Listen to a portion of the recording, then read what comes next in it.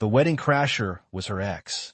In her worst mistake story summary, on her wedding day, Eliza's toxic ex shows up claiming they were still together. He releases private videos and tries to ruin her life. But Eliza had been planning her revenge for years. The final twist reveals she anticipated this and set him up on camera, leading to his public downfall, legal action, and professional ruin. Chapter 1.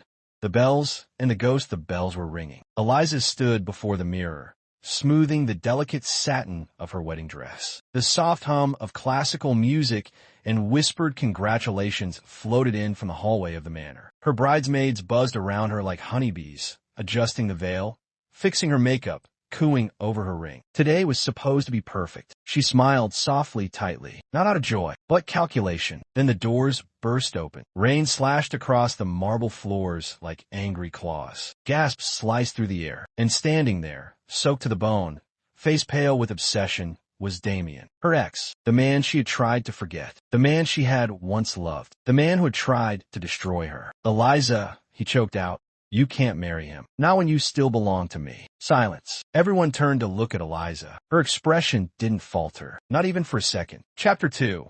4 years ago, they met during the worst year of her life. Eliza had just lost her father in a hit-and-run accident. She was vulnerable, raw. Damien had swooped in like a knight in a well-pressed suit. He was charming, successful, and devoured her grief like it was a script written just for him. At first, he was attentive, then possessive, then controlling. He wanted her to cut ties, friends, family, career opportunities. Every step forward she tried to take, he yanked her back. By the time she realized what was happening, he had access to her bank accounts, her apartment lease, her devices, even her passwords. The emotional manipulation turned darker. Threats, gaslighting, isolation. When she found the hidden cameras in their apartment, she didn't confront him. She packed a bag and disappeared in the night, changing her number and vanishing into the city. Chapter 3.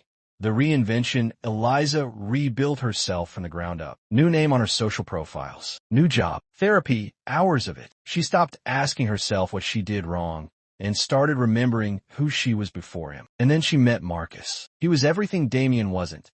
Patient, respectful, deeply kind. He never asked where she'd been or what she'd escaped. He simply held her when she flinched at loud voices and let her have the silence when the memories got too loud. They fell in love slowly, steadily, authentically. But Eliza hadn't forgotten. Not Damien, not the surveillance, not the threats, and not the humiliation she endured behind closed doors. So she began to plan. Chapter 4.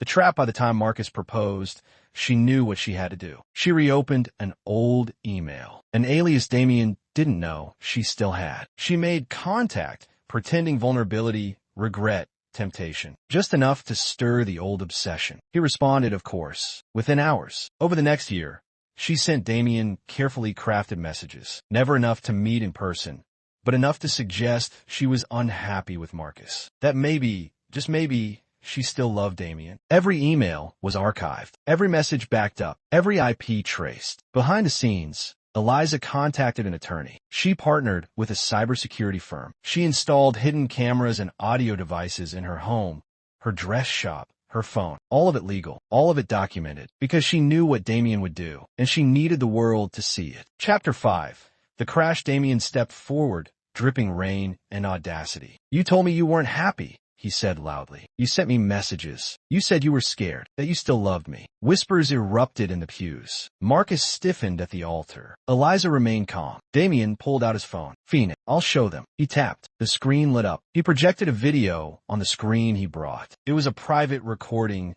Eliza crying during a therapy session. A video she'd recorded for herself, one she never shared. He'd hacked her cloud. I saved you, he shouted. And this is how you repay me? By pretending to love someone else. Eliza stepped forward, veil fluttering. Damien, she said, voice clear. Do you know what wire fraud is? How about cyberstalking or unauthorized surveillance? He froze. Do you know how many people are watching this right now? A second screen lit up behind her. A live stream of everything. Of him crashing the wedding. Of his rants. Of the video he just played, an illegal one. Thousands were watching. Then the sirens wailed outside. Chapter 6. The fallout. Damien was arrested at the scene. Federal charges were filed: cybercrime, harassment, unlawful surveillance, and distribution of private content without consent. The trial was swift. His defense fell apart under the mountain of digital evidence. The jury watched in horror as every thread of manipulation unraveled in court. He lost his job, his reputation, his freedom. Eliza didn't gloat. She testified with grace. Calm. She made it clear this wasn't about revenge. It was about justice. Chapter 7. The vow. 6 months later, Eliza and Marcus were married. Quietly, without spectacle. No divistriam, no big venue. Just a few friends, a seaside chapel, and a promise to never lose herself again. As they kissed, a soft wind swept through the windows. Behind them, the past stayed locked in its proper place, overexposed and powerless. The end.